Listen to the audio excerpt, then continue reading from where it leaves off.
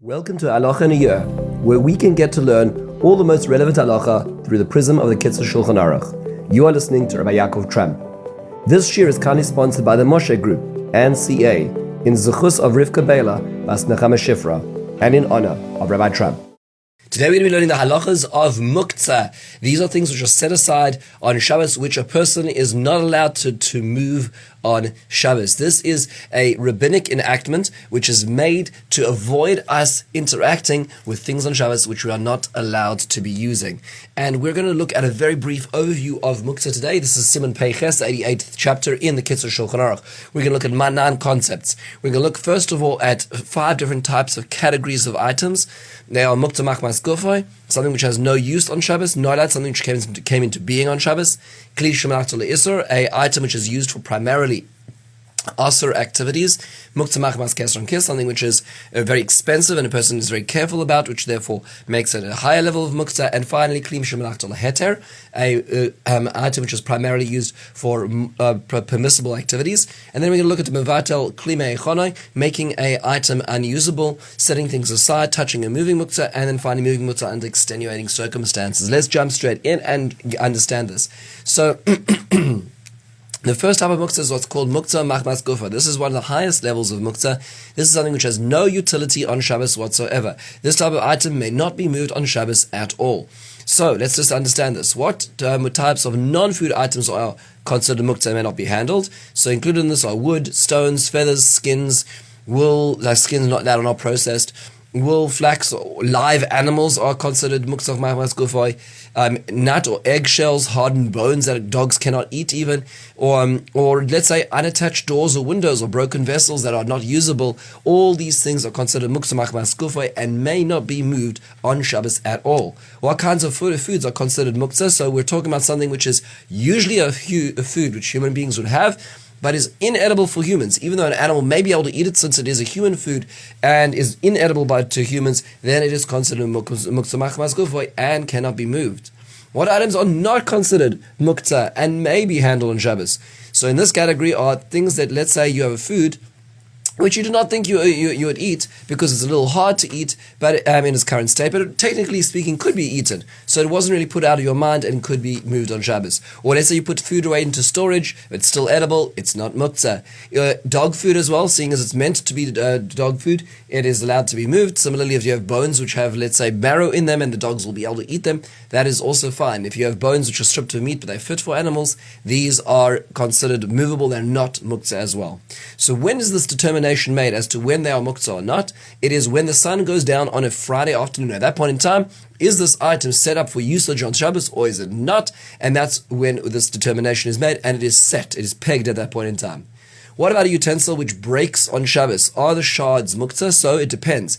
If the shards have any utility at all still, then they are not Muktza. So for instance, let's say a pot smashes in half, and each half can be used as, let's say, to hold liquid or as a cover, then in that case, it's not Muktza because it still has utility. But if it's lots of little pieces, then all of those little pieces are Muktza. This comes into being when, let's say, you're using a plastic fork at a meal, and the plastic fork snaps. If you're still able to use the remaining part, then it has utility. If it's not, it's Muktza and one cannot move it. What happens if a glass smashes and it's now lying on the floor of the house, or it's in the public domain, and it is Muktza? And what am I allowed to not move it or not because it could be dangerous? If it's dangerous, Muktza is waived. Carrying itself in the public domain may not be, but Muktza is waived in this respect. What about treif food? So you can't eat treif food, but a lot of times, a lot of treif food you're allowed to benefit from. So I could give it to a non-Jew. So because a person can give it to a non-Jew, then it is not considered Muktza, and you are allowed to give it to that non-Jew. If it is raw or does not belong to you to give, then of course it is not. Then it is still a problem. What are non-vessels like stones, metal chunks Muktza? The answer is yes. Unless you designate them for a specific use on Shabbos, they are considered Muktza by default. So going in the backyard and picking up a stone, picking up a random piece of metal is considered Muktza. May a splinter be used to pick your teeth on Shabbos? So no, unless it was designated as a toothpick before Shabbos. But if it's just a random piece of wood that's lying around, that is not considered available for usage because it was not set aside when Shabbos came in.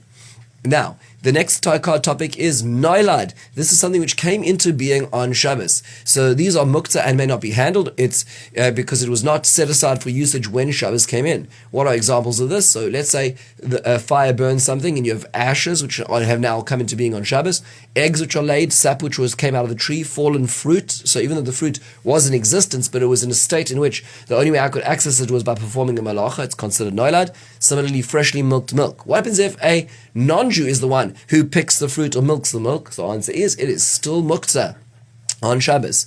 May I eat a bread baked on Shabbos by a non-Jew?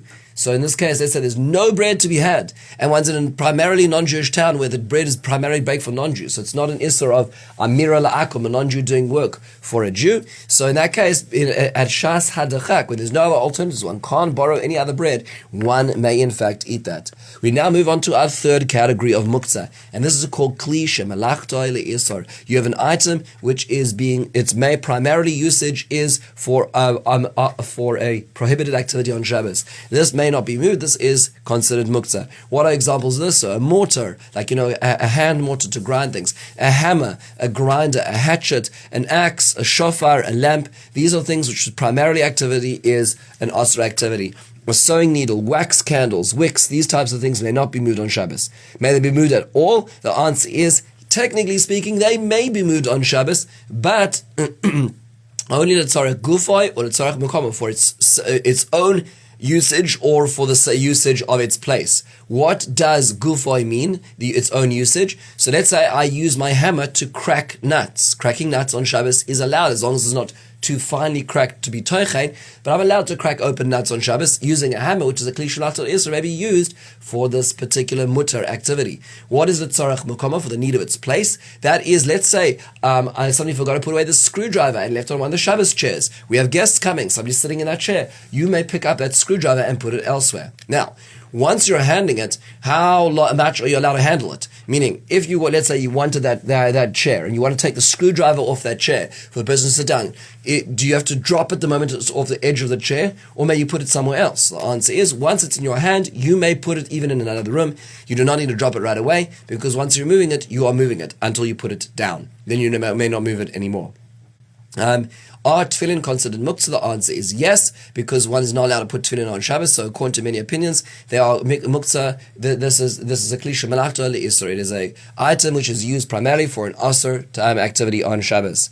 Can they be moved to protect them? The answer is yes. They may be removed to protect them if they're in an indecent place that is not fitting for the respect needed for tefillin. We're now going to move into our next concept, our fourth type of item, and that is a Muktza machmas chesron kis. Here we're dealing with something which is Muktza because it is really expensive. We're talking about a really expensive item that a person in general would be careful not to lend out, not to let the kids touch. These types of things become Muktza on Shabbos because of their extreme value. What are examples of these items of Muktza machmas chesron kis because of their monetary loss? So craftsman's tools, special knives, unused writing paper, valuable items that one doesn't lend out, sales merchandise not for personal use, purses of money like wallets, credit cards. These are usually considered Muktza machmas chesron kis, and they're a higher level of Muktza. What are common day examples? Today, the most common example are electronic equipment. So smartphones and laptops are the kinds of things one generally doesn't lend out and is very careful about this, necessarily the kids using it. Therefore, they are considered Muktza machmas chesron kis. Can they be moved for the tzarech gufon or mekaman, for their own usage for mutter activity, or they're in the need of their place? The answer is no, not at all as well. It is interesting to note that there is a dispute between the poskim about cell phones. Some poskim say cell phones are which is a lower level muktzah, and they can be moved for their need of their place. Some say not; they're considered Muktza machmas chesron kis. Now, I think the debate would center around whether it's a smartphone or a cell phone. Cell phones are relatively cheap. Smartphones are pretty expensive. And so therefore, does this make a difference when, let's say, an alarm would go off on Shabbos that one forgot about? One can certainly cover it because one's not moving it, but can one move it? So if it's an expensive phone, one can't move it, even l'tzarech mekoma in that situation. So this will be one application of this. And finally, last topic that we're going to talk about today in this first part is a klisha melachta leheter. If I have a item which is being used leheter, this is an item which primary usage is for a mutter activity. So are vessels are vessels used for both permitted and forbidden activities allowed to be used? The answer is they are called a kli shel heter, and they may be handled even to protect them from theft or breakage. What are examples of this? So let's say a table, chairs, pots, these kinds of things may be moved, and if let's say I left them outside, I'm allowed to move them inside. I'm allowed to move them. What about if if it's not to protect them, I'm just moving them randomly? So there's absolutely no use, there's no purpose in the moving. They are not allowed to be moved. What about Kisvei HaKodesh, holy writings? So in this case, holy writings may be moved even without any specific purpose. They're meant to be used, and similarly food as well may be moved even without a specific purpose as well. It's worthwhile noting this. Most people are not aware of this. They think that anything which is not Muktza can be moved for any need whatsoever. The answer is no. Actually, you have to be intentional even about a kli shel heter. Even something which is primary use is something which is allowed, should only be moved if to protect it or for use on Shabbos, but not for purposelessness. That would not be sufficient as well. With this, we conclude, and we're going to finish the second part of Muktza Be'ezrat Hashem in the second episode. Have a wonderful and meaningful